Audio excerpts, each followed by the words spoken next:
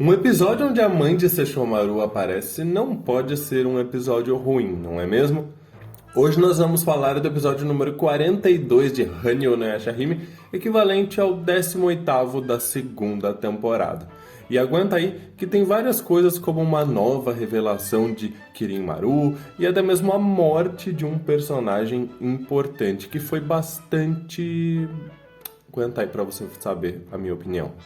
Olá, meus queridos, eu sou Avalon das páginas Avalon Geek. Isso aqui já é praticamente um hino que vocês conhecem. Eu vou pedir para vocês deixarem o like pra gente bater a meta, para ajudar o canal a ter um pouquinho mais de engajamento, porque isso faz com que mais pessoas recebam os vídeos. E isso, consequentemente, faz com que nós, essa base de fãs que conversam de Yashahime aqui no YouTube, aumente cada vez mais. Então, me ajuda aí deixando o seu like. Você também pode comentar suas opiniões, inclusive deve para eu saber o que vocês estão achando. Isso me ajuda bastante também a sentir aí como que o fandom está reagindo com os últimos acontecimentos. E também pode me ajudar compartilhando os vídeos para que outras pessoas conheçam o nosso trabalho. Lembrando também que está rolando sorteio no Instagram de um Nendoroid do Sesshomaru e também que tem um clube de membros com vários benefícios, inclusive narrativa do mangá em vídeo. Mas vamos lá falar do episódio. A mãe do Sesshomaru, que é conhecida no fandom como Inokimi ou Hirasui, é sem dúvidas um dos personagens mais cativantes. Acho que principalmente em Yashahime, porque a gente pôde ver um pouquinho mais dela sendo debochada com a Zero. E aqui eu achei bem interessante rever essa personagem e ter um pouquinho mais do vislumbre da personalidade dela. Principalmente como ela se diverte assistindo as coisas. Acho que ela é a pessoa que mais assiste acontecimentos, digamos assim. Vamos dizer que a Inokimi é exatamente igual a nós. Ela fica assistindo tudo que está acontecendo ali, só que talvez um pouco menos emocionada. Eu achei muito interessante como ela parece um pouco desconfortável quando as meninas e o Jaken chegam, porque vamos nos lembrar, e eu acho que isso é muito importante, que a gente entenda que por mais que ela seja a avó das meninas, pelo menos de duas delas, ela não deixa de ser uma Dai Yokai que não tem sentimentos como os humanos, né? Eles têm uma maneira diferente de entender as relações e acho que isso é muito claro pra gente, principalmente vindo dela.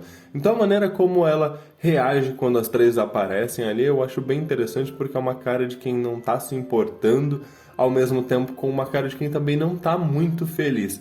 Pode ser uma impressão, mas eu achei bem legal essa cara de desprezo que ela faz, principalmente considerando que nós temos ali uma das descendentes de Izayoi, a pessoa que não só ficou com Ino no Taisho, como também acabou levando ele à sua ruína.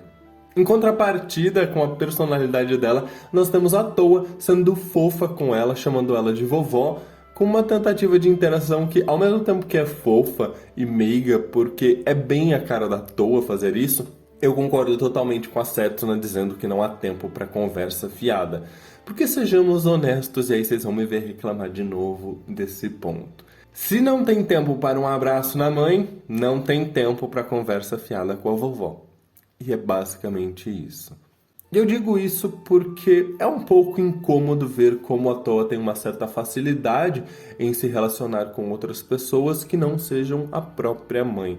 Pode ser ali uma questão de vergonha, timidez, pode.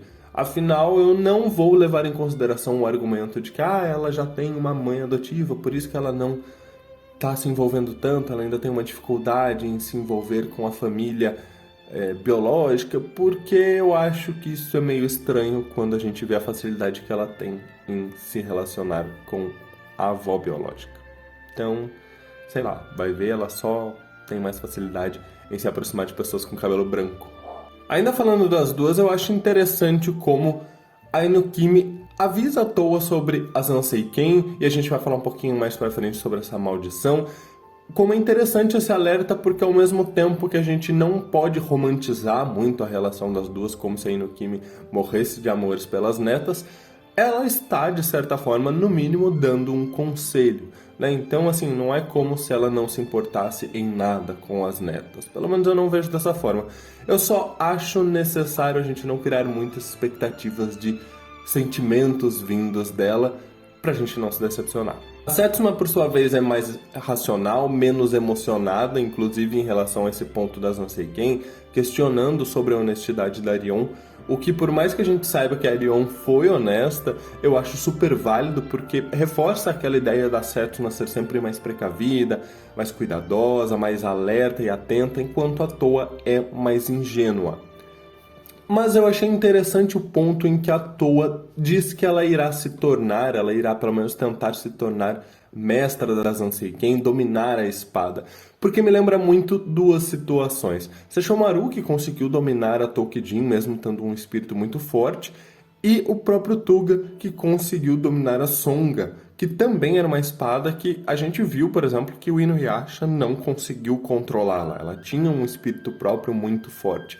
Então, não é exatamente essa situação, já que se trata de uma maldição, mas aparentemente o que ela vai tentar fazer é se impor o seu poder à própria espada. Também me lembra um pouco, assim, aquela situação que talvez nem todos vocês conheçam, porque ela é exclusiva do mangá, que é o Inuyasha sofrendo efeitos colaterais por utilizar a Tessaiga das Escamas de Dragão, quando ele enfrenta, por exemplo, a Dokumizushi e o próprio Meijoju.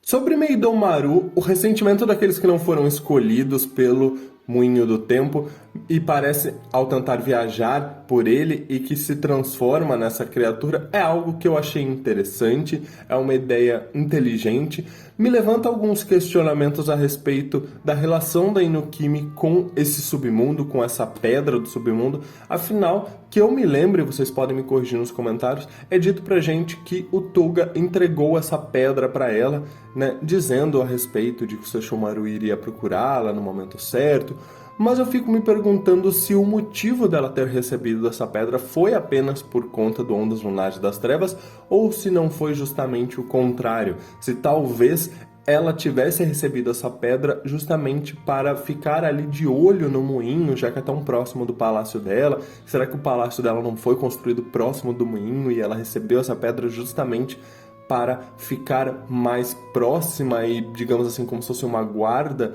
do moinho? Porque é no mínimo curioso que ela, uma yokai do clã dos cães que foi escolhido pelo Akuro, permaneça tão próxima e tão relacionada a todos esses eventos do moinho, inclusive com a Pedra do Meidō, que é capaz de trazer esses ressentimentos todos na forma de Meidomaru, que serve também como uma espécie de guardião para impedir que qualquer um tente atravessar o moinho, trazer a Era Decadente. Então eu fico com essas dúvidas. Mas eu até gostei do personagem, tenho que admitir para vocês que as minhas expectativas eram super baixas, porque eu tive problemas para assistir esse episódio. Eu estava um pouquinho ocupado e aí eu deixei para assistir depois do almoço e eu fiquei até às 6:30 da noite sem energia na minha casa. Então eu só fui ver o episódio à noite, mas eu tava com a internet no celular, então acabei pegando vários spoilers e os comentários do fandom no modo geral não eram tão positivos. Inclusive quero saber a opinião de vocês aí nos comentários para saber se o pessoal aqui do canal é uma exceção ou não. Então, quando eu fui assistir, a minha expectativa estava zero, até porque eu não tinha gostado da ideia de introduzir um inimigo aleatório aqui, sendo que a gente está naquele clima de urgência. Então, eu confesso que me surpreendi positivamente com Meidomaru gritando ali ensandecidamente enquanto atacava. É um personagem super genérico no sentido de que não muda nada pra trama, não é nem um pouco relevante, mas é um conceito interessante e achei que ele até tem um certo carisma pela maneira como ele se comportou. E antes da gente entrar nos acontecimentos relacionados a Kirin-Maru, eu só tenho que dizer o quão fofa é a Moroha dizendo para não subestimarem o arco que ela ganhou da mãe dela. Ai, ai. Tá vendo, Sunrise? Às vezes você acerta em fazer relacionamentos familiares. Eu não sei por que esse problema todo em fazer esse desenvolvimento com a família Sesshirin. É muito fofo e, óbvio, nada confirmado a respeito do que acontece com esse arco e os poderes da Moroha, mas é dito que os poderes dela se tornaram mais fortes. E eu levanto aquela mesma teoria da análise passada, que pode ser pelo equilíbrio dos poderes demoníacos e espirituais que esse arco pode proporcionar para Moroha. E chegando onde talvez interesse mais para uns e menos para outros, Kirin-Maru realmente acredita que vai salvar a humanidade. Para mim ficou mais claro nesse episódio que ele realmente acha que ele vai conseguir fazer isso. Então, tá bom. E é condizente a arrogância, o orgulho, a ganância com o personagem, mas eu sempre fico com aquele pezinho atrás, que eu vou deixar um vídeo aqui nos cards pra vocês sobre uma teoria que tá rolando muito forte no fandom de quem acredita na redenção do Kirin-Maru, porque, né, é estranho, a própria Rion questiona como ele acredita que vai conseguir deter o cometa e eu fiquei, não é, mulher? Eu também tô com essa dúvida e ele não responde, mas foi um episódio interessante também no contexto da Rion. Eu gostei muito de ver que ela sabia lutar, Kirin-Maru diz isso, e questionam por que ela não usou as Anseiken, deixando um pouco mais claro pra gente que ele entregou a lâmina para ser usada pela Rion, então de fato a Rion é a proprietária da espada que ela recebeu de seu pai para usá-la em combate, mas parece que ela não estava muito interessada. Eu achei um pouco baixo do Kirin-Maru, mas a essa altura da história eu não me surpreendo. Ele tentaram culpar o Rico pelo que está acontecendo, dizendo que foi o Rico jogando o braço dele no poço, sendo que ele só fez o que mandaram, que está causando o cataclisma na Era Moderna, porque aparentemente o que atrai o cometa é a energia demoníaca, então o fato de haver Osamu Kirin na Era Moderna está atraindo o cometa desta vez num todo. É um pouco estranho pensando que tem tantos outros yokais na Era Feudal e isso só faz fragmentos caírem, mas seria uma, abre aspas, justificativa do porquê isso irá acontecer e me reforça um pouco mais aquelas teorias que eu levantei com vocês no vídeo sobre poder haver algo especial nesse cometa, porque qual seria o motivo dele desejar essa energia demoníaca, dele se sentir atraído por ela? A armadilha das Anseiken é meio meh, porque como é que o Kirin-Maru fez isso, sabe? Se antecipou tanto. Sabe quando começam a criar vários planos mirabolantes para criar plot twists que fica um pouco difícil de acreditar? Você fica com aquela sensação, sério que você realmente quer que eu acredite que ele planejou isso, ele premeditou tudo isso e... sabe? Por mais inteligente que ele seja, e aí a gente volta naquele contraponto, ele é inteligente, mas ele também tem umas atitudes meio burras, enfim. Mas é meio creepy ele querer que a casca vazia de quem está usando as Anseiken se torne um receptáculo para sua filha, ao mesmo tempo que eu acho que faz muito sentido, afinal é uma maneira dele se livrar de uma ameaça em potencial e conseguir consertar o problema da Rion, digamos assim.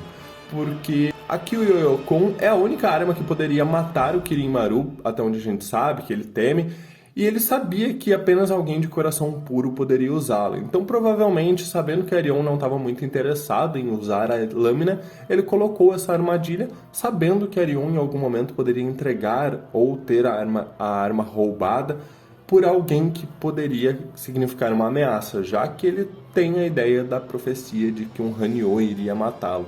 Então, é uma estratégia até interessante, mas me parece um pouco forçado que ele tenha premeditado tudo isso.